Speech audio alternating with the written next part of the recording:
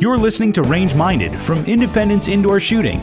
Before we start, we want to remind you to subscribe to us on Apple Podcasts, on Google Podcasts, on Stitcher, and pretty much anywhere else you get your podcasts from. And if you could leave us some feedback while you're there, we sure would appreciate that as well. This is episode number 28, which is a Ricky-free episode where Steve and I talk about some current events that we found in the firearms community lately. We cover a little bit of everything from concealed carry to situational awareness and even 3D printed firearms. So as always, thanks for listening to Range Minded, and we hope you enjoy episode number 28, the latest in current events. Hello and welcome to Range Minded from Independence Indoor Shooting. It's episode number 28. 28 already. And Steve Zimmerman here with me, Mark Long, a Ricky-free episode. Another Ricky-free episode, yep. Yeah, starting to get used to him now, aren't we? He just hates us. Yeah, he really... No, Ricky's busy skinning a bear or something. He's a busy fellow. Yeah, he's running around like a chicken with his head cut off, so we decided we'd run this one without him and give him a little bit of a break. Yeah. You know, as the Academy director, he does do a lot that I think a lot of people don't realize. Yeah, he works a lot from home, and people don't see his face much. They probably just think he's slacking off, but I think he works like 28 hours a day. Yeah, exactly. He never sleeps and never hangs out with his family. So, but we're gonna hold the. I was gonna say he never hangs out with us either. So. Yeah, that's true. So, but yeah, you got Steve and me, episode number 28. We're just gonna talk about some current events.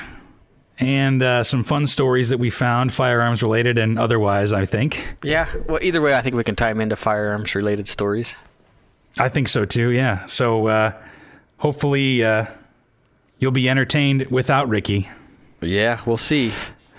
So, but let's dive right in. What do you got, Steve?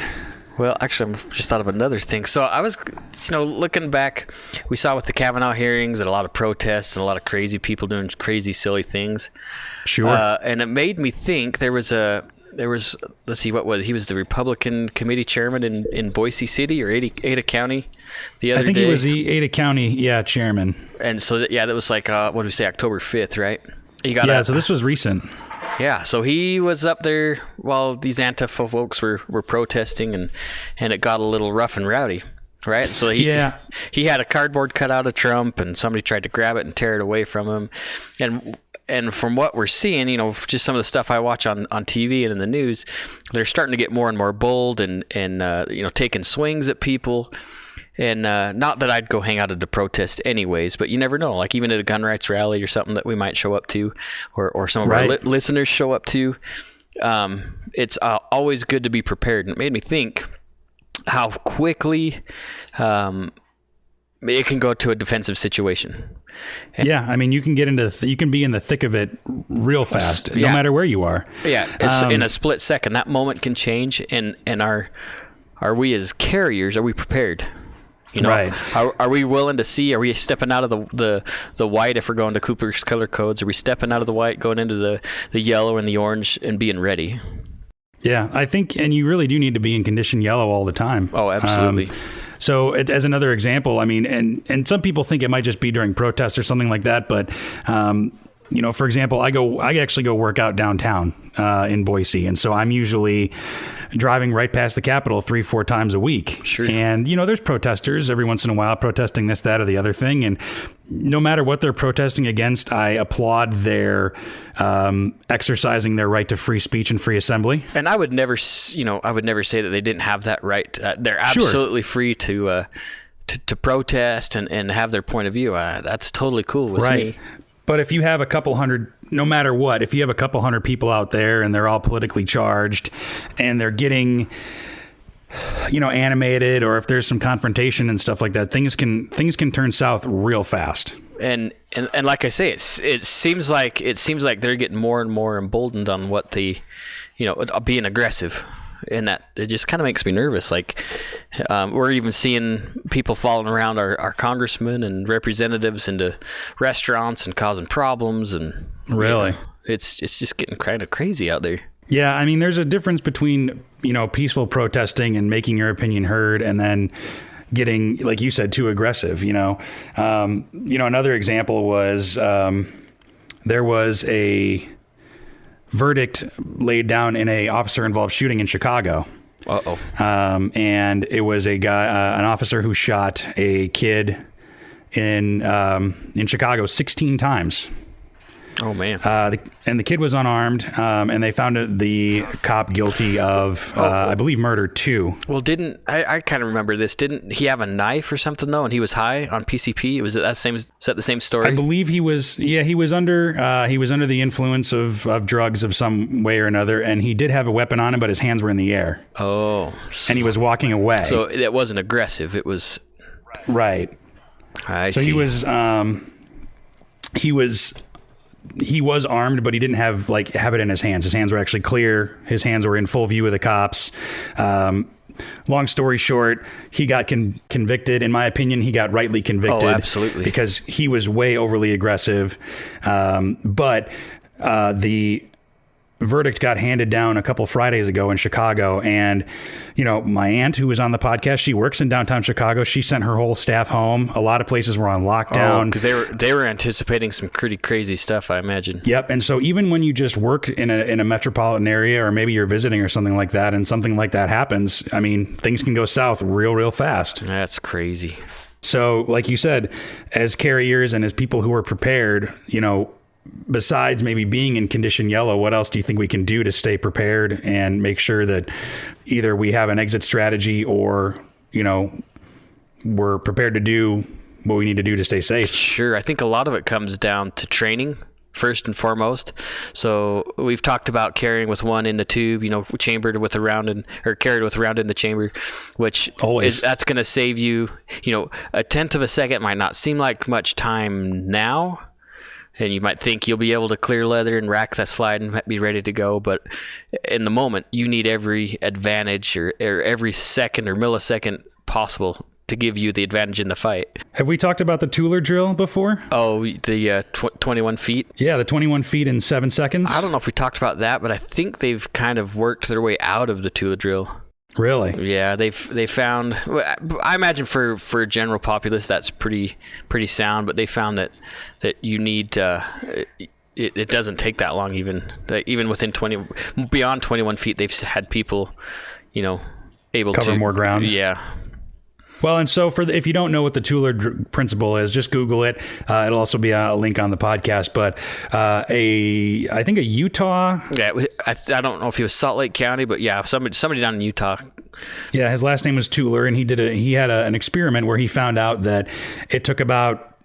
Maybe it was 3 or 7 seconds. I can't remember, but it was a certain amount of seconds for a police officer to draw his firearm and fire on a target, which just so happened to be the same amount of time that an attacker with a knife or anything else could cover 21 feet in that amount of seconds. So by the time you have your gun out and ready to fire, he's already on you, and you're already like stabbed or already hit or whatever. And if you think about 21 feet, most homes have a hallway that's going to be about 21 feet long. So think about the distance that you think you have enough time.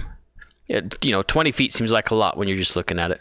But if there's somebody moving towards you aggressively, and you have to have the cognitive awareness to be able to present that firearm or knife or whatever you're using as a defensive item and employ it, that's a limited amount of time.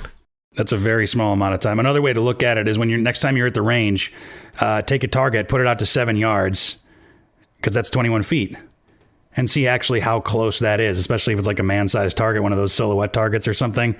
It's not that far. And at the range, you can have one of their RSOs help you set it up to where that target is going to come at you at roughly the speed of somebody running, and you can see, wow, that was no time at all.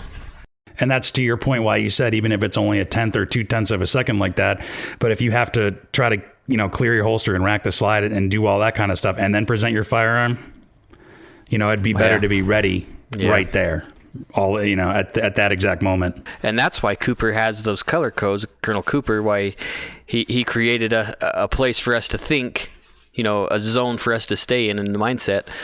Right. Because if you're already in yellow, or if you're in orange, then you're probably in the wrong neighborhood already. Or a situation is developed quickly. Yeah, very, very quickly. So, but if you're always in yellow, then you're always going to be looking for anybody that's going to be an aggressor. And hopefully you'll be able to identify the behavior in time to either escape, evade, or engage. Yeah, and another thing to consider, two things really. One, you really should be looking for escape or evade before anything else. Engage is 9 times out of 10, especially with a firearm. Last resort. Is the very last resort.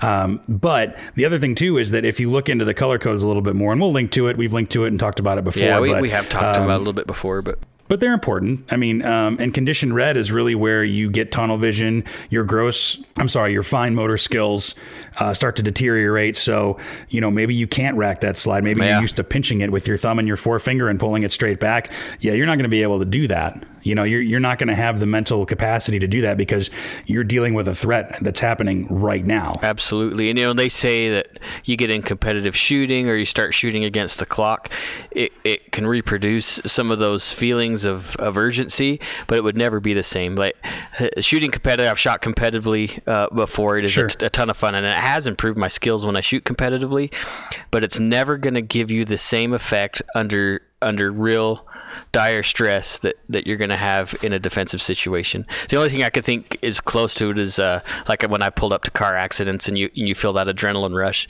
and you have the fight or flight thing going on. That's the only thing I've ever felt close. And not that I've ever been in a real defensive situation with a firearm, and I hope I never have to. But that's the only thing I could think that would be close to that, because your body is already simulating that fight or flight syndrome. Yeah, and I've read too, and we've talked about this too, On Killing, the book On Killing by Colonel Grossman. Yeah.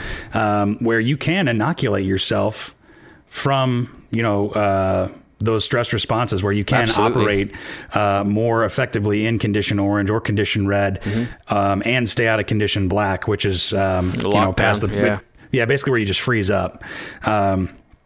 But you can inoculate yourself with that. That's what, a lot of military training is based around, like with live fire drills or anything like that. So even like if you would want to get into something like simunition or simulated stuff like that, I mean, you can do that if you really want to. And I do think it's important, once you hit a certain plateau in your training, is to maybe seek out something that's a little bit more aggressive or I don't know what quite the word would be, but realistic. Yeah, maybe something more realistic in your training schedule that will kind of pump you up to the next level. When you start doing force on force, that's a totally different story than you're shooting at a static target in a range, or even bowling pins or competition or whatever. It's totally different.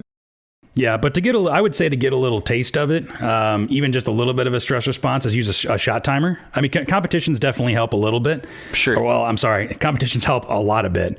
Even just like shooting at bowling pins. They help with speed and accuracy, but they will not help you with gross and fine motor skill development in the point of self-defense. Yeah, I remember doing the intermediate class with our instructor Bill, and he goes, "Yeah, let's do a shot timer. You got to draw from the holster and all that, and see how fast you can put 2 on the target, Yeah. And really, I mean, you're just sitting there waiting. You have your hands up and you're waiting for that timer to go, and it really does. I mean, it adds a little bit of stress. So I can only imagine what a real defensive situation would be like. So it is good. Like I say, it brings your heart rate up. It puts some time stress down on your body, but you're not fighting for your life in hopefully not in a competitive situation. You're not fighting for your life. Yeah, that's one hell of a competition. Yeah, well, it'd be like the Colosseum in Greece, right? Or Rome. Yeah. So, so that's the long reason why you should carry one in the pipe all the time. Yeah. And also stay in condition yellow. And I would even say, you want to be in a heightened state of condition yellow. Like, let's say if you're walking home or walking to work, or even walking to the store, or even driving, and there's a massive crowd somewhere. And there's ways to make it more fun, right? So sometimes I'll do this. I'll be walking through the mall or whatever, and then and I do this with mine. I think I've talked about this with my son. He's my oldest child. He's 16, and we'll go through restaurants and I'll be like, okay, how many exits? Where are the exits? What's the guy behind you wearing? And we'll make a game out of it to where you have to pay attention. And once you go from a game to a habit, it's there, right? You're already in yellow because you're paying attention to your surroundings. Yeah, you don't even think about it. No. it obviously gets harder if you're in a club or a bar or a sporting event. It gets really difficult. And some people won't even. I have friends that will not go to anything where there's a lot of people because they don't feel comfortable, and that's fine too. Yeah. But when you're walking around Walmart, just start playing a game with your whoever you're with, right? And and make it fun. I'm a natural people watcher anyway. I knew you were. So you're a creeper, aren't you? I'm such a creeper. Yeah, I'm always checking everybody out. Not like you when you're at the clubs. Oh yeah. That's why you brought up a club. You want to talk about your clubbing experiences? Oh yeah, let me tell you. I can't remember from all the absinthe. Yeah, right. Exactly. That's on record now. It actually happened. I guess I'll never be able to run for political office now. Oh man, they're gonna bring this podcast up when you're up for Steve for president. Oh man, president of what? We'll find out. But anyway, so yeah, you want to be in condition yell. You want to watch people. You want to, if you're carrying, you want to carry one in the pipe. Yeah. And I would say, try to avoid an area that that's the smartest thing you can do is just if you think that you shouldn't be somewhere. I mean, Ricky said it. If there's a place where you think, well, I'm probably going to need my gun or I shouldn't go there, then you probably should reconsider going there. Yeah. So maybe to sound like a parent, when I was a kid or younger, there was a phrase that I'd hear often was dark deeds need dark places, right? So I like it. So if it's a dark alleyway or if it's somewhere that's kind of sketchy, then maybe you don't need to be there. That's for your common own sense. Your own preservation, whether it be physically or spiritually or whatever. Maybe a good place to avoid. Yeah, and that's just good common sense. I would say that would prevent about 99% of any issues that you would cause. But yeah, as the politics get more polarized, people get a little bit more aggressive. It's super unfortunate that we're seeing that more and more. Like, it's awful because we both said it earlier, right? We totally agree with the right to protest. That's one of the First Amendment rights, is to be able to protest and have your voice heard, which is essential in a free government. Yeah, well, and regardless of what you think of President Trump or not, or what have you, you can protest whatever you want, but you don't really have the right to rip something out of somebody else's hands, no matter what it is. Yeah, your freedoms don't bypass and overstep somebody else's freedoms. If you're causing harm or free speech is even limited, right? You can't yell fire in a crowded place and cause problems. Exactly. So yeah, your freedoms and emotions can't trump my freedoms and my privileges either. So. Well, I think that's one of the issues, is that whether it's social media or the regular media or news or just something, I don't know. But I think people aren't seeing other people as people. Yeah. You know what I mean? Like if you and I don't see eye to eye on everything. And so if you wanted to protest something that you thought was wrong and maybe I agreed with it or whatever, I disagreed with you, I would, like I said, totally support your right to do that. Well, yeah. And I think what's important, and I think we've talked about this before, is being able to communicate and have conversations, which is completely dead.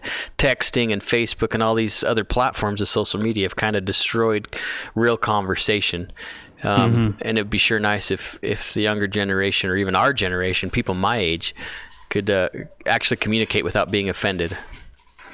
Yeah, that's the big offense thing. I think the being offended is something that a lot of people take to heart, and then they take that as a assault on their freedoms, which, the right to free speech means that somebody can yell something that you completely disagree with, from the top of their lungs, from a public space or whatever. You know what I mean? It goes both ways, and I think a lot of people maybe forget that. Yeah. But not all long form conversation is dead, actually. I just started getting into Joe Rogan's podcast, which I know is a little cliche, and he's an interesting character. He's pretty, I guess, libertarian would be a way to explain him. We agree on some things, with Rogan. Some of the stuff I really like that he talks about, and obviously some of the things I don't agree with him in. But again, I think it's good to have. It's good to have communication in all spectrums to be able to understand where people are at. Right. Well, and he talks to a lot of different people. But the thing I really like about his podcast is that His podcasts are 2.5, 3 hours long. Each episode is like 2.5, 3 hours long. He had Neil deGrasse Tyson on. Oh, cool. And they talked for 3 hours, and it was like one of the best podcasts I've ever listened to, besides ours. I mean, obviously, but I don't know if we've even talked 3 hours in one sitting, have we? Maybe 2. Maybe we scratched the surface of 2, but that's probably about it. But we're not as smart as Neil deGrasse Tyson, unfortunately. Well, and honestly, but Joe Rogan, he's pretty intelligent, really. He is, and he's very educated, very intelligent, but he asks a lot of great questions, and he just lets people talk. He doesn't interrupt, his guests. He lets them talk for however long they want, and they're actually pretty captivating. I feel like, you don't really get to know somebody in a 10-second sound clip or anything like that, but you really do get a sense of what somebody's all about based on what they talk about for 3 hours, Yeah. And so I hope that and I'd have to look at his backlog, but I hope he really talks to a lot of politicians, because I feel like, that 2-3 hour window really gives you the time to dive into issues. Sure. And that's what we try to do, if you think about it. Talking about some political issues and some just moral issues, I would even say. It takes time to go through that, and even to figure out where you stand. Sometimes you have to say it out loud. Right. So anyway, we kind of got into the weeds on that. But being prepared in a situation, besides staying in code yellow, carrying one in the pipe, what else do you think that you can do to make sure that you're staying safe? Man, I don't know. It's a great question. I think just being there in the moment helps. And we've already talked about, putting the phone down. We've talked about it crap before. And then maybe surrounding yourself in the right places with the right people. Because you can't see everything all the time. And that's what I guess I'm kind of getting my son to be is another set of eyes to watch out for our family, right? Because somebody who's got your six. Yeah, and it's getting there. And then we have our own, code words and language for certain things that we see or we need or to communicate in certain ways that nobody else knows. Which that's smart. Which seems kind of almost like prepper in a way, right? But I think it's important. Well, I think it's important too, and I think that it's funny because every family, I would say, has their own in-jokes, their own language, their own things. It's just yours is about being aware around you, Yeah, and that's important. Since you live in Idaho Falls, I assumed you were a prepper already, but yeah. But no, I mean, that's actually really smart. Not going somewhere, if you have to go somewhere dark, or let's say you have to walk through a park to get home and there's a protest or there's a riot or crowds or whatever, not being alone is a really good strategy. Yeah. In college, when we would have our pizza parties on Fridays and Saturday nights, most people wouldn't let anybody else walk home alone. You'd walk home in groups or as a pair at least or something like that. And, I'd never let just a female walk home alone. Yeah. Just it's better to be, and we even had, I forget what they were called, but there was a group on campus that you could call 24 hours a day, and they would come to the party you were at, and you wouldn't get in trouble or anything, but they'd walk you back to your dorm or to your apartment. Oh, that's cool. Because, I mean, if you think about it, bad guys look for people who are alone and who are not paying attention. And so, like you said, if there's more than one set of eyes, you're going to be that much more aware and that much more, aware of your surroundings. Yeah. Well, it all comes down to the predator mindset, right? You look at the videos of African hunts or African lions, like going after prey. They always go for the vulnerable. Any predator is going to go after something that's the most vulnerable because it's the easiest for them to overcome. And so when you make yourself or your family or your group less vulnerable, you're going to have a better chance of survival or protection or whatever you want to call it. Yeah, and I was going to bring up, too, the gray man theory a little bit, which we've touched on a little bit, and I only have a limited knowledge about, but the basic premise, I'm a big fan of it. The basic premise behind the gray man is that you just don't stand out in any way, shape, or form. Yeah, it's a tactic of escape and evade, right? And so military teaches them to just you're right, just blend in. You're not going to wear anything that's overly tactical or completely obvious, because usually nowadays if you see somebody wearing tactical clothing, they're probably going to be carrying a gun or a knife at the very minimum. And there's always those jokes online about the everybody knows I'm carrying, even though I don't think they do, starter pack, where it's like it's a hat with a Velcro patch on it, and some 511s, Oakley sunglasses, low patch on the hat or in the arm, and whatever. Yeah, exactly. A Chris Kyle T-shirt and a pair of 511 khakis with cargo pockets everywhere that are bulgy and sticking out. It's pretty obvious. But 511s are great. Hey, I have some 511 pants that are super comfy. You actually have 511 jeans now, right? Yeah, they're awesome. Yeah, I think I might need to pick some of those up. They look pretty comfy. Oh, they're very comfy. And Steve, I don't know if you know this, but Steve is very fashion forward. Heck yeah, I'm a metrosexual, right? Yeah. Idaho Falls is only. But yeah, I'm a big fan of the gray man thing, and it's basically just not sticking out. Well, and honestly, it's kind of hard to get to the point of gray man, because even. And maybe I see it because I'm around the gun industry so much, and selling guns and seeing people walking in and out of the stores. I know who's carrying most of the time, because the old guys, they're either wearing a Hawaiian shirt or those stupid looking tactical vests that like they're the bird hunting vests that are really really loose fitting, and don't pick on old man Rob. No, we love old man Rob. But it's pretty obvious, right? And then you look at the younger generation, our age or even younger now, right? 21-year-olds that it can carry. You can tell by looking at them normally if they're carried or not. It's pretty simple. Yeah, and I think you have to get creative when you carry with what you wear. Yeah, because you can tell pretty quickly, especially if you know what you're looking for, and that knowledge can go both ways. Yeah. I'm a big fan of plaid shirts or like flannel. Oh yeah. Because it's supposed to be a little bit more baggy. It's supposed to be, it's going to break up any kind of printing that you have.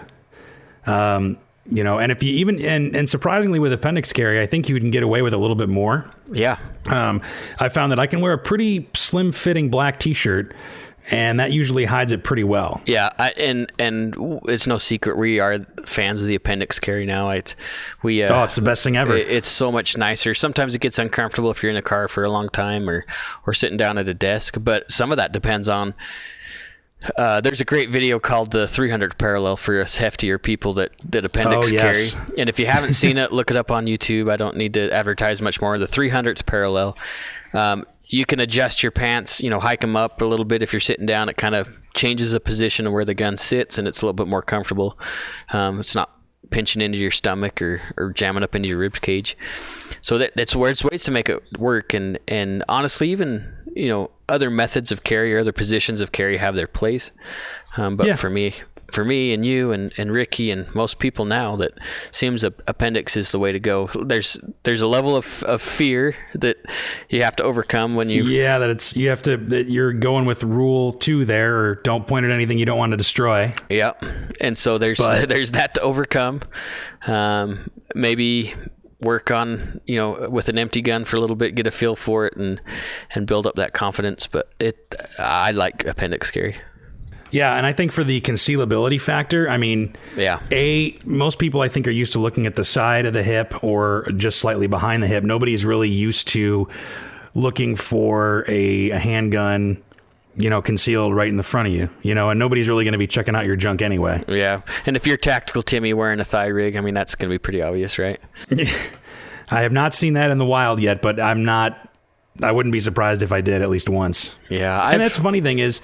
Oh, go ahead. I was going to say, if I'm out riding a four-wheeler or something out in the boonies, I don't mind carrying a thigh rig. Right. But I'm not planning on concealing at that point anyway, so... Well, and it's funny because you learn how much people aren't paying attention when you see somebody open carrying, and you got to think about how long it took you to realize somebody was open carrying. Like I was up in McCall... and there was a guy who was at a restaurant, and he was in full snowmobile gear or whatever, but he had an outside the waistband holster, and he was just sitting there. Nobody said anything. This is Idaho. Nobody cares.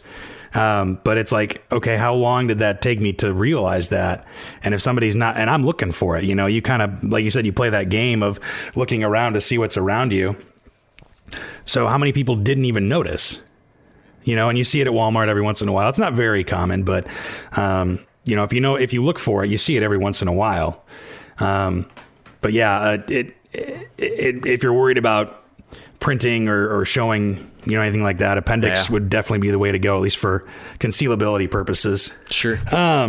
The other thing I was let me ask you this. Do you think, being prepared and all that kind of stuff, do you need to carry anything with you besides like kind of like an EDC situation? Do you need to carry like a bug out bag with you? Because you see some of these folks on YouTube who have like basically a 3-day assault pack they carry with them everywhere they go. Sure. I think if you can, why not? I think that's a great idea, because you never know, especially it seems like we see more and more disasters. I mean, look at, was it Hurricane Michael recently that just went through, one of the strongest hurricanes that has ever hit the U.S., and it went from a tropical storm to a hurricane in 2 days?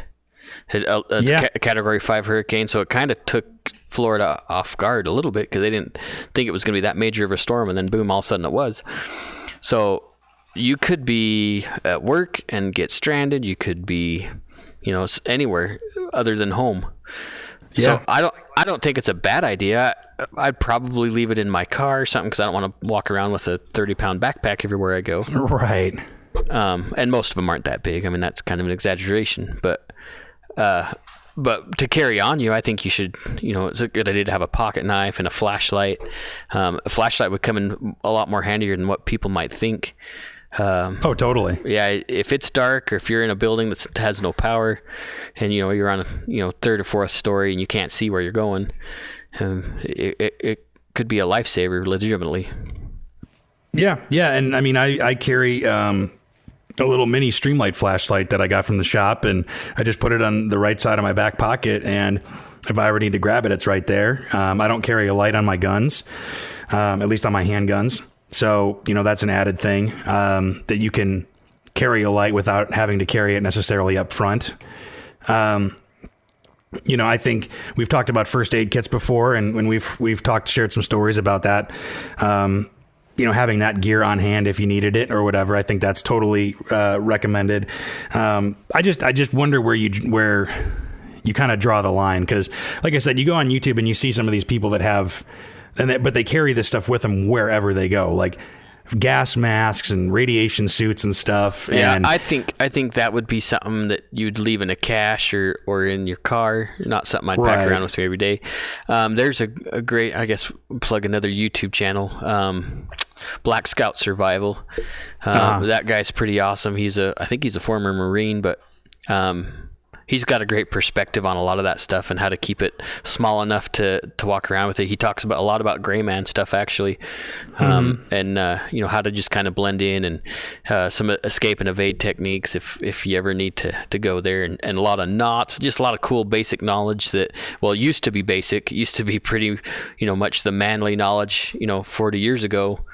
50 years ago, that's now lost and having to make a resurgence again. But it's an awesome channel. Yeah, there's a difference between, and Gray Man is the philosophy of blending in, but that doesn't mean you can't be prepared. It's just you don't want. And there's a couple of videos where he talks about being able to carry a lot of stuff with you without looking like an idiot and without being a target in like an urban collapse scenario, that be able to get home and not be a target, not look like somebody that's going to have something with them that makes you a target from other people. It's pretty cool. Like I said, I mean, in Chicago, if that verdict went the wrong way or went, and there were riots in Chicago and you needed to get out somehow or get away from that situation, I mean, yeah, it would have been terrible.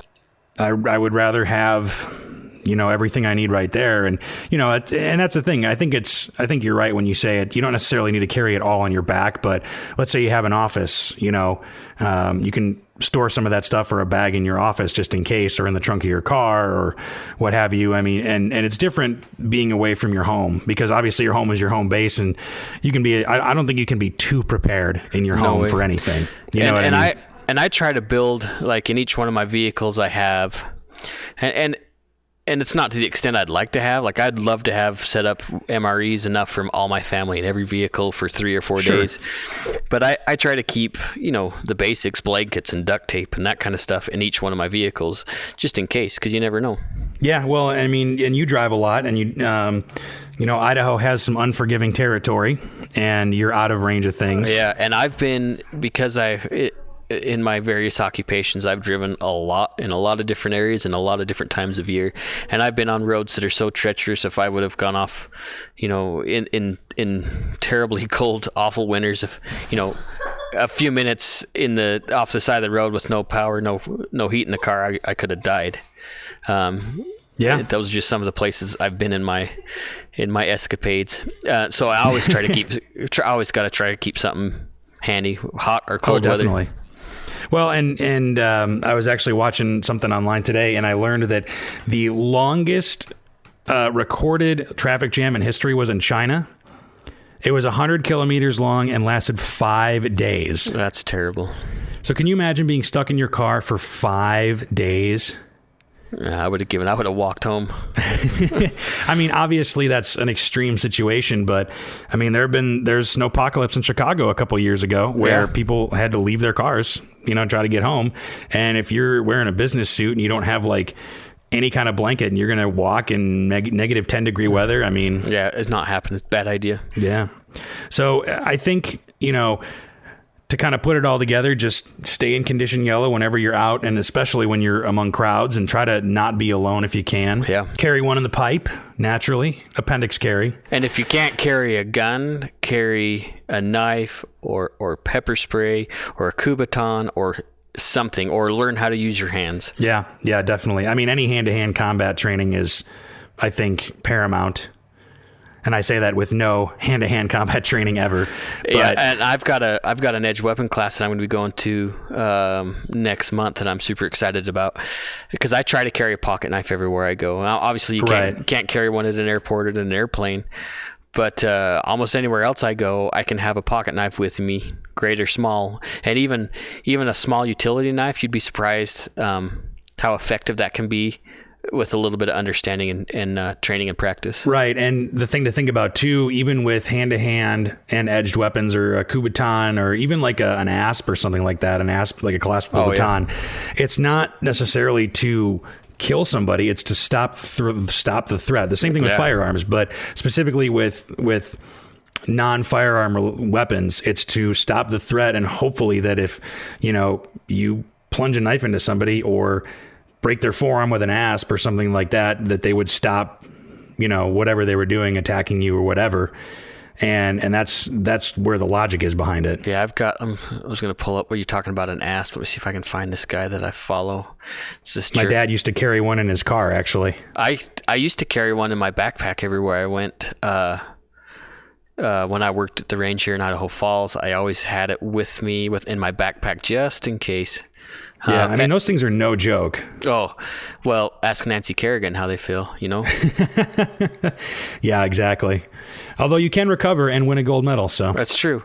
But a lot of that has to do with crying in the hallway. I don't know, that was not nice. Yeah, I would say be prepared to what you're comfortable with, and then maybe a little bit more, get a little more training. I know we've talked about it before and like a broken record, but training is really where you're going to gain that confidence to become aware of your surroundings, and the confidence to, manipulate any kind of weapon or equipment that you carry with you, Yeah, it all comes down to spending time, getting all the education you can in various aspects, even survival. I mean, some basic survival classes can go a long ways. Yeah, it's something that I don't think enough people think about and don't spend enough time on, because I think a lot of people just assume everything's just going to be okay. Yeah. Well, we get stuck in the whole, white, right? We get the white mindset where, everything's hunky-dory. I don't need to worry about it. Yeah. And, hopefully that the upward trend that we're observing of, political discourse getting more and more heated and more polarized and more aggressive, hopefully dies down. And that goes the other way. But, I think that wouldn't you at least want to have at least a little bit of knowledge about how to get the hell out of a place that you are in if something bad happens? Yeah, absolutely. So here's that guy I was trying to find. His name's Florian Lahner, Lahner. You talk about using an asp. Yeah. This guy, he's, like I say, he's somewhere in Germany. But if you want to see some amazing videos of what a collapsible baton can do, oh my gosh, this guy is lightning fast, and and he's not like small. He's a healthy man. Like, he's not huge and fat, but he's healthy and effective. Yeah, I can only imagine. I mean, those things are solid steel. They've got a bead on the end of it, and they're pretty hefty. Oh yeah. Oh, they would hurt.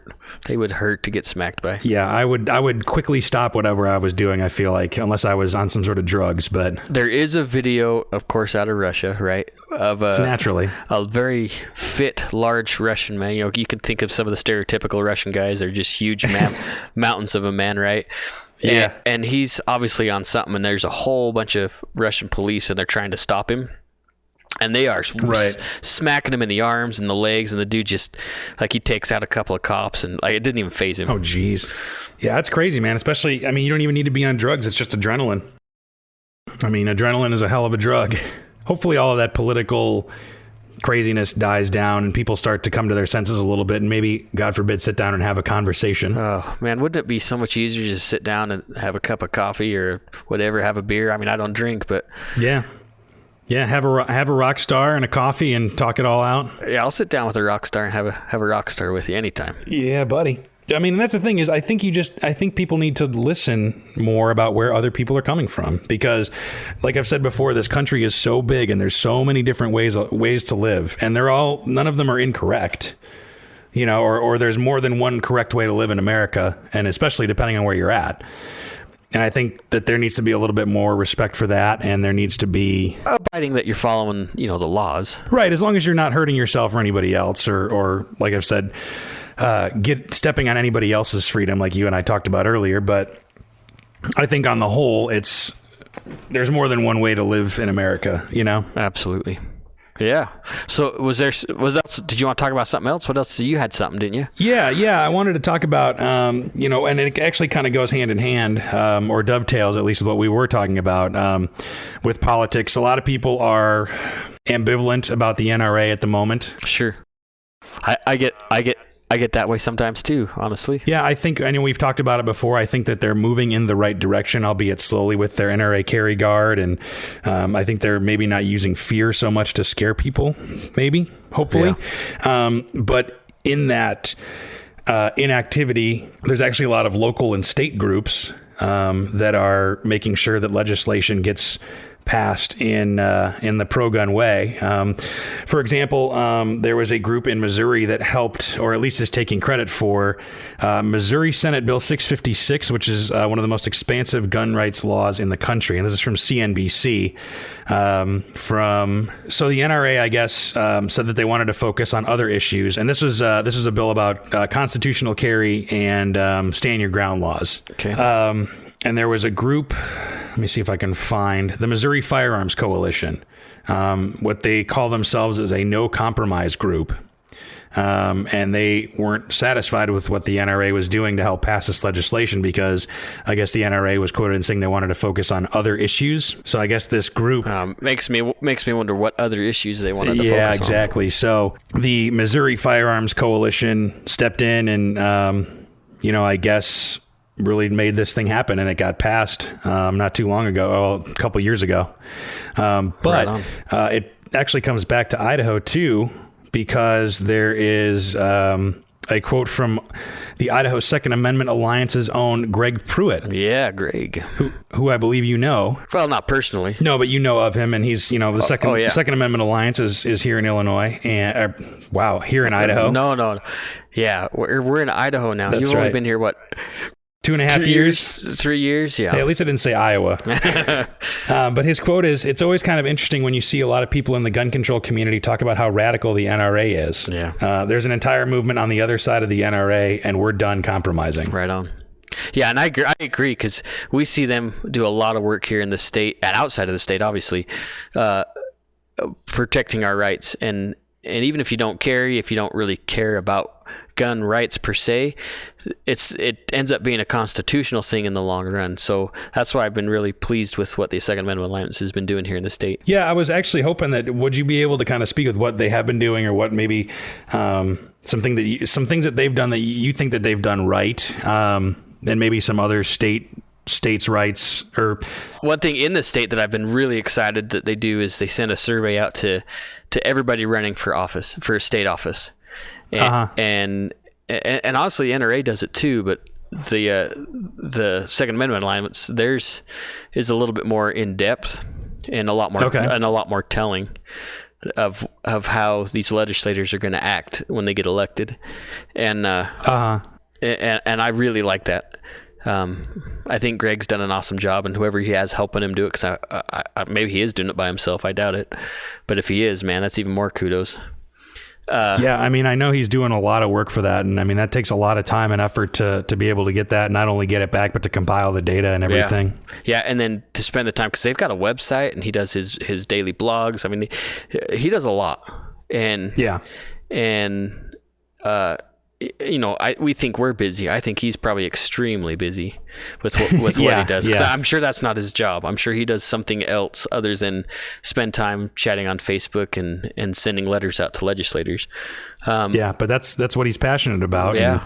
And, the most interesting thing to me was that one of the NRA quotes one of the quotes from the NRA was in this article said that while the all or nothing approach may sound noble, the fact is that you usually end up with nothing. The other groups may have called for the passage of these bills in the past, but they are largely for fundraising.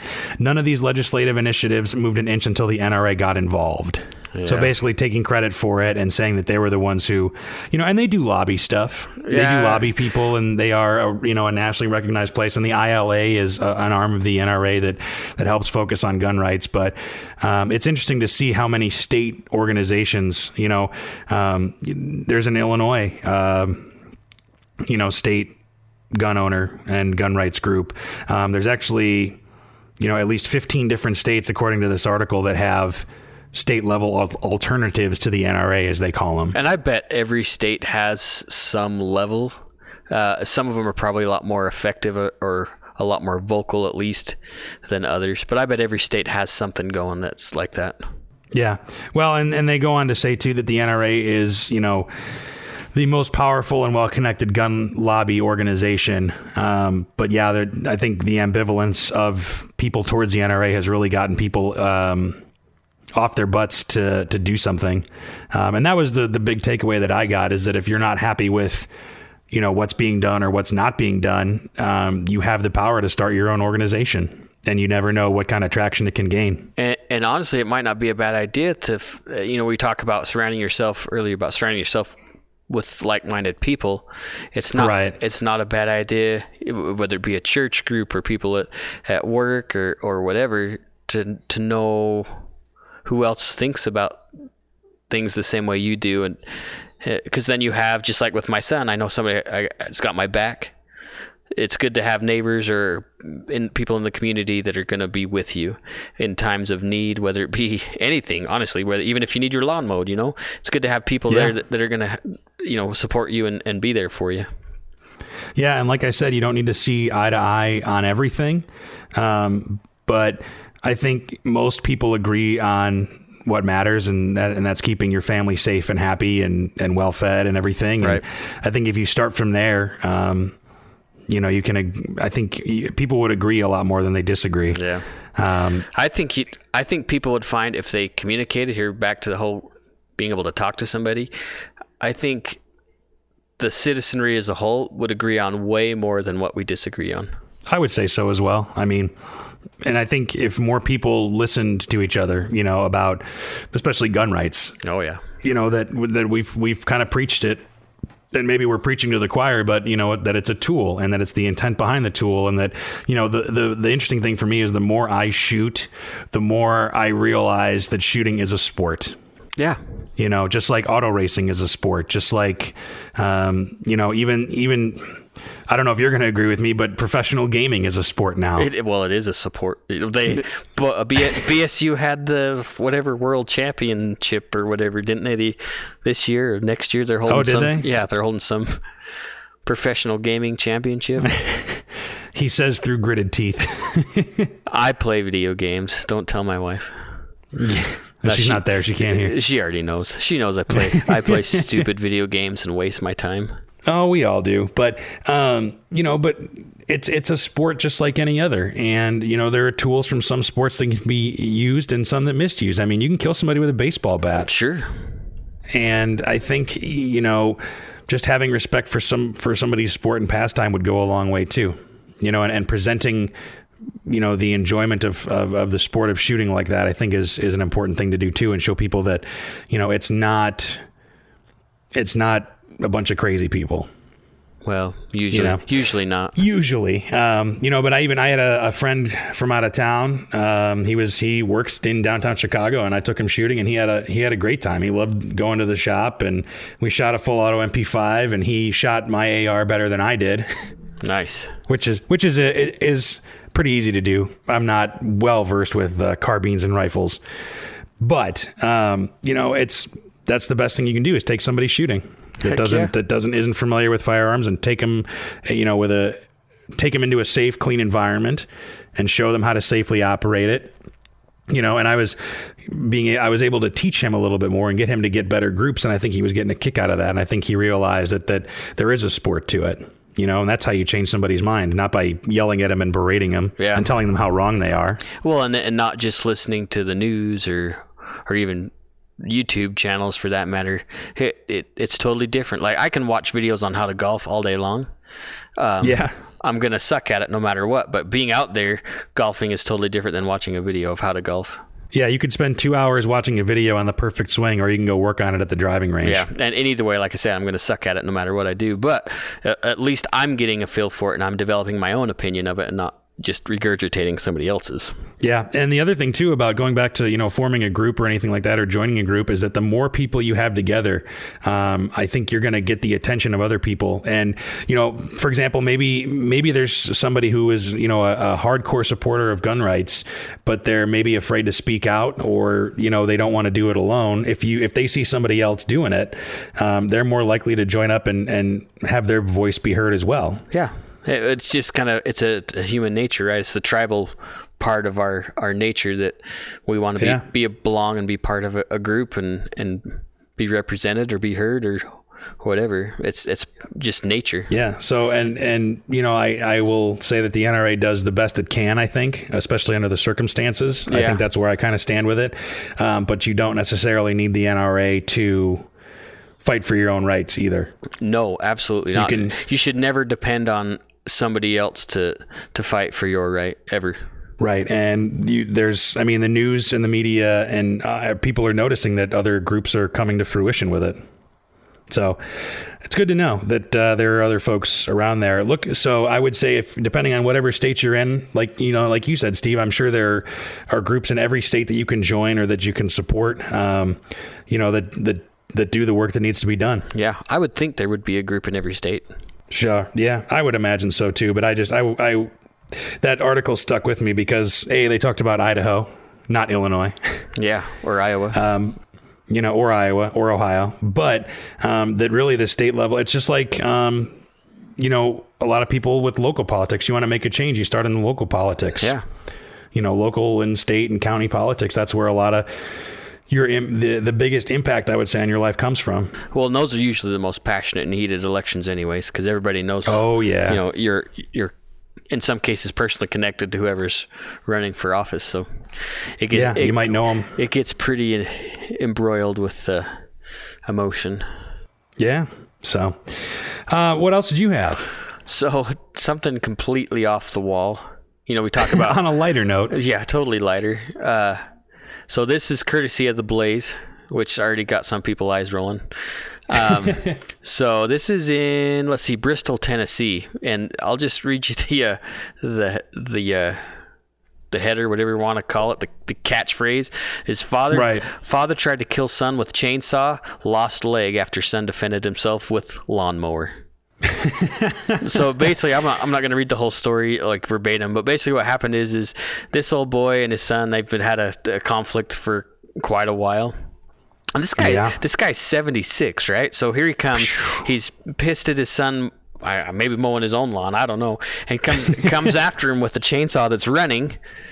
Yeah, naturally. And the son, in his defense, which I feel like he's probably completely justified, happened to have a running lawnmower, and and swung it around and turned it on his old man and cut off his leg. So it's ironic. So the old guy didn't get arrested yet because he's still in the hospital pending a leg amputation. But he's gonna have to hobble into court. Yeah, I can't believe it. And like I say, you never know what's going to happen or where or when. We don't get to choose when our defensive situation happens. It could happen at any time. Or who it's against, for that matter. Yeah, this is his own family member, right? How it's crazy. Well, and, you want to talk about anything can be used as a weapon. Obviously, everybody's seen Scarface, so everybody knows about the chainsaw scene. But a freaking lawnmower, man. You have to, if that were happening to me, somebody were coming at me with a chainsaw and I were on a lawnmower or a car, floor it, baby. Heck yeah. I'm not gonna wait and become a victim. I mean, so you can imagine the damage that chainsaw could have done. I mean, obviously easily. So why not use the whirling blade of death on his old man? That's it's just crazy. That would only happen in the South too. I can picture it. It's it's gray skies. There's trailers everywhere. Mobile homes, excuse me. Dueling banjos in the background. A big field that needed to be cut. Probably some old whiskey jugs lying around on the ground. Yeah. And then you just hear in the background, get off my lawn. Oh, geez. But yeah, that's the thing. I mean, is it, you never know what's going to happen or when, and you might have to use whatever you find yourself. I mean, I can only imagine what would happen if he was carrying. Oh, yeah. I mean, it's terrible to think that this guy had to use defense against his old man, but yeah. And I'm willing to bet that either drugs and or alcohol were involved in one way or another. Yeah, who knows? I'd be willing to bet. It could have even been something far worse. Who knows? Yeah. Some kind of moonshine.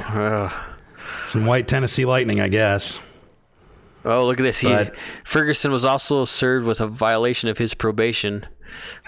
Naturally. From a previous charge of assault. The 76-year-old guy was he had already had a previous charge. Yeah. And so he violated his probation by being in proximity of his child already. Wow, so that means he probably had an altercation with his son prior to this. Yeah, that is crazy. Oh man. That's a good story that you can laugh at and say, man, at least that's not my family. Oh, yeah, every family has problems, right? Yeah, right. Thankfully mine aren't that bad. Oh, I hope not. Switching back to guns, though. Anyway, the 3D printed guns are a big thing right now. Yeah. Cody Wilson is... I don't know what's happening with Cody Wilson right now. Yeah. Is he arrested? Is he in court? He's in jail for his... Is he in jail? Yeah. And pending his trial? Yeah, I'm pretty sure we talked about that already, what was going down there, but... Yeah, we'll have to follow up with that. But... Let me see, actually. I've got a computer in front of me, right? Let's check it out. Yeah, we both do. Cody Wilson is the founder of Defense Distributed, which is the folks behind the Liberator pistol. It's a fully 3D printed 22 caliber one-shot pistol. And people are 3D printing AR lowers now and experimenting with some other firearm parts that you can make out of polymer. I think a lot of people forget that even polymer lowers, like AR lowers and stuff, will not function as well as an aluminum or a metal lower. No way. Never. You can even buy, from manufacturers, fully completed AR lowers that don't last as long. I mean, and they're even reinforced with some metal here and there. I mean, I get the premise behind it, but from a structural standpoint, it's not as strong as metal. It's never going to be. But everybody was freaking out about how these guns weren't going to be able to be tracked or traced or anything like that. They're ghost guns, Steve. They're scary, especially this time of year. They like to haunt. I was going to say, just in time for Halloween, they're spooky ghost guns and they can't be traced. But some scientists have figured out a way to trace 3D printed guns a little bit, not totally. And this is a Popular Mechanics article. And actually, to their credit, they talked about guns being assembled from digital files come without traditional safeguards like serial numbers, just like perfectly legal home-built firearms. Throw that and one actually in there, right? They actually linked to it, which I thought was actually pretty impressive that they talked about this is a completely legal. Well, I don't think that to manufacture firearms at home. Yeah, I don't think that's made as a positive note in the story. Well, yeah, maybe not, but at least they say it's legal to do so. You know, it's not like they're trying to make people who make guns at home criminals. Yeah, that's true. I guess maybe I'm being optimistic, but anyway, the University of Buffalo's Department of Computer Science basically found a way to look at the unique patterns when different printers 3D print, because what happens, how 3D printers work, they print basically a file layer by layer. So they go like one layer of material by other layer of material. And there are some imperfections in those. And so what they can do with a pretty high degree of accuracy, a 99.8% success rate, matching these keys that they 3D printed from different printers, 99.8% success rate matching the keys to the printer based on like the filament, the model type, the nozzle size of... But that's just dependent on printer by brand, right? Not like a fingerprint per printer. Right. I don't think it's the individual printer. Yeah, I don't know. The 3D printing guns aren't going away. 3D printed anything isn't going away. It's the future of manufacturing, especially when they do have, I think they have 3D printed... or metal-based 3D printers now. There are metal 3D. It's a reality. Yeah, there's metal, and there's even concrete 3D printers out there that you can. Now, mind you, they inject the concrete through a pump, but they've talked about printing houses with concrete printers. Right. But Cody, he didn't start this whole 3D printed thing. He created some files that made it available for a lot of people, but he was not the first. He definitely won't be the last. Right, and you can get them now. Still, you can get them online. You can get the 3D printer Liberator pistol. Well, and there's files out there that aren't even Cody's files that are other people's files that never had any problems. They just for some reason went after Cody Wilson's stuff. Yeah, and probably because he was the most vocal about the government. That would be, not to be all scary conspiracy theory, but I would be willing to bet that was the problem. No, yeah, I mean he spoke out against the government pretty hard, and he never wavered, to his credit. No. And he might be one of those ones that I don't necessarily agree with 100%, but tyranny needs to be spotted right away. The sooner we can stop any kind of tyranny, the better. And if he feels like that the government was stepping beyond its bounds, then more power to him. Yeah. Yeah. And this is not like, if you have like I said, a certain brand of printer, I don't think it can like accurately point to your printer or anything like that. But it's interesting how technology is catching up with that. A lot of people's fears were that, I wouldn't be surprised if somehow they start doing some kind of a microstamping that does like fingerprint each printer. And maybe that's already there and we don't know. But I wouldn't be surprised. Right. Well, and they talk about in this article a little bit how, the ATF can trace a weapon, upon request if you have the serial number, et cetera, et cetera, et cetera. That's why, a lot of, factory manufactured, or every factory manufactured firearm has a serial number on it as per the ATF rules.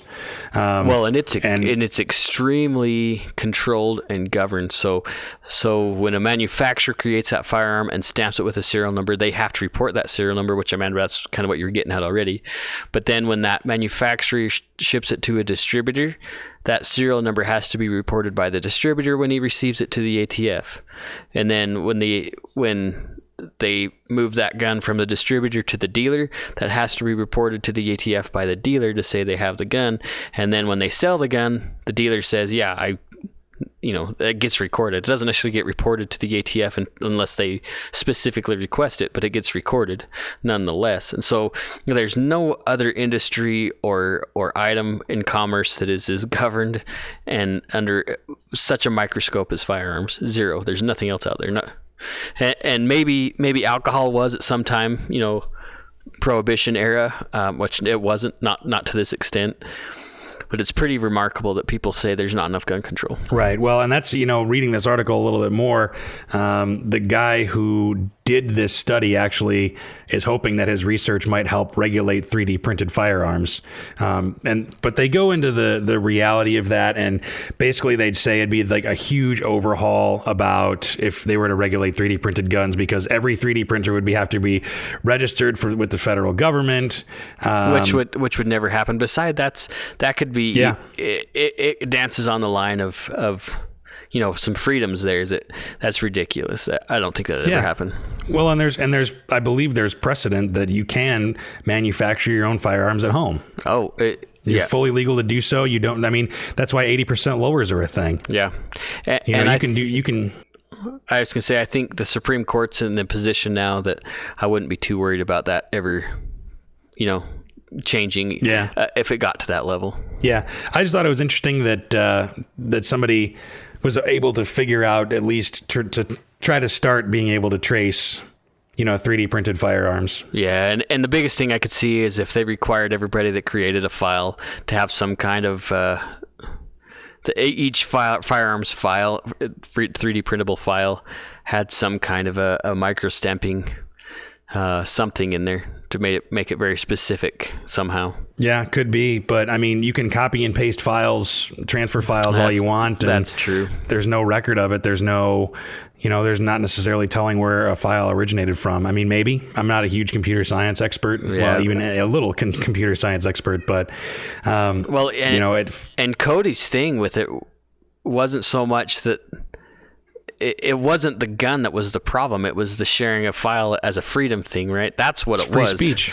It really is not a Second Amendment gun thing. It is a free speech thing, and that's where people get hung up. Well, and it's kind of interesting too, because you kind of hear the old adage, sometimes you can't have the first without the second, and this kind of really blurs the line between the First and Second Amendment, because it's the dissemination of information. Yep. Which counts as free speech to a degree. So, but I just thought it was interesting that technology is going, into a different direction. So we'll see, maybe. And the thing is, people use 3D printers for all kinds of things. It's not just firearms, for electronics components, for little models, for even little game pieces and stuff. Well, even the medical industry is going to 3D printed, bones and ears and noses. It's stuff that's now 3D printed. It's unbelievable. So what are they going to start serializing, medical printed items? No. Yeah, and can you imagine having something serialized? I mean, that was like in your body or something like that. I mean, that's So anyway, thought that was kind of interesting. That's what's going on in the gun world. Honestly, I thought it's kind of interesting. There's no, and Lord help us, knock on wood, there's nothing major going on right now. Obviously, that doesn't mean that we should kick back and relax or not be vigilant about things, but. I think we're in a decent enough spot at the moment. Yeah, it feels good right now, but that's the perfect time to prepare, not the time to sit on the laurels. You want to make sure that. Yeah, I would encourage you to, if you're going to enjoy the time, take folks shooting that don't usually go shooting. Yeah, do or absolutely. That are against. I think you're in a good spot to talk about it. Yeah, share the sport. Get trained and. That would be one interesting thing to do too, is really, use this time to get trained as an instructor. Yeah. We've talked about the NRA certifications that, they used to hand them out like Pez dispensers or whatever. But I've noticed when I tell people that I'm a certified RSO, that I think that there comes a little bit of credentials with that. Did you tell them where you got certified though? That's the thing. Oh, Independence Indoor Shooting, Steve's nap class. That's right. Nap time. But it shows, I think, getting a certification, even as something as relatively simple as getting your RSO cert or even an instructor certification, or say that you went through these classes, I think it gives you some credentials too that show that you're serious about the sport and passionate about it, but also serious about safety, Yeah, absolutely. So I think that the more safe that we can be overall as a community, the better. Yeah, and any kind of education, even if it's sitting down and reading Grossman's book, right? We talked about Dave Grossman's book. Something is better than nothing. Yeah. Yeah, exactly. And it helps you at least change your philosophy or think about your life a little bit more. And honestly, reading Colonel Grossman's book made me thankful that I never had to go to war. I'll tell you that much. Yeah, me too. So, Well, I think on that note, we'll close for this episode. I wanted to throw one shout out real quick to Todd. Oh, yes. To Todd Schmidt. We got some information or some feedback from Todd, who's one of our listeners, and our buddy Todd. Yeah, and we will get to. He had a request on a specific topic, and we will get to that, and maybe even the next one, honestly.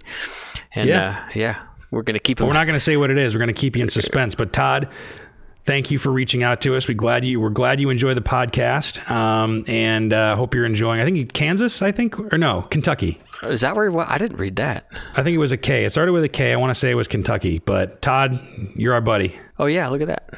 So yeah, and share this podcast if you think it's something has some value, some worth. Share it. Let other people hear it. Actually, I do want to bring that up. So I have a couple friends in town who just recently learned about the podcast, and they're listeners now. Nice. And one of my friends, she is considering buying her first firearm. Sweet. And she listened to episode, I think, number 3 or 4 about the process of buying your first firearm. And she decided not to. And she enjoyed it. She goes, well, you guys got into some specifics a little bit about some things, but I really enjoyed it. I thought it was really informative and all that. So I think we just got into the weeds a little bit, but I think that if you made it this far in the podcast, it's that's going to happen. So yeah. But yeah, she's getting ready to buy her first firearm. I said, come on down to the shop. We'll try a bunch out. It'll be a good time. She goes, I totally want to take a class too. So this is a woman that you would not even think that would ever consider owning a firearm.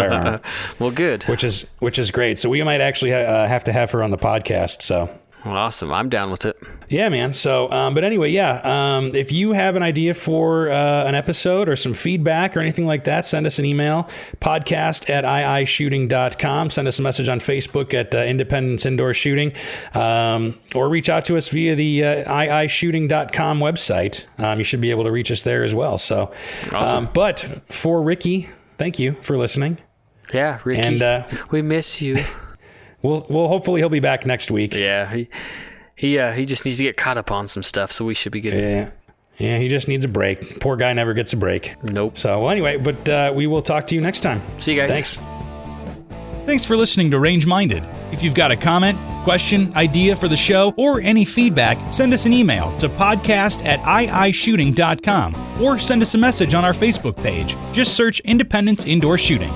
Again, thanks for listening to Range Minded. We'll see you next time.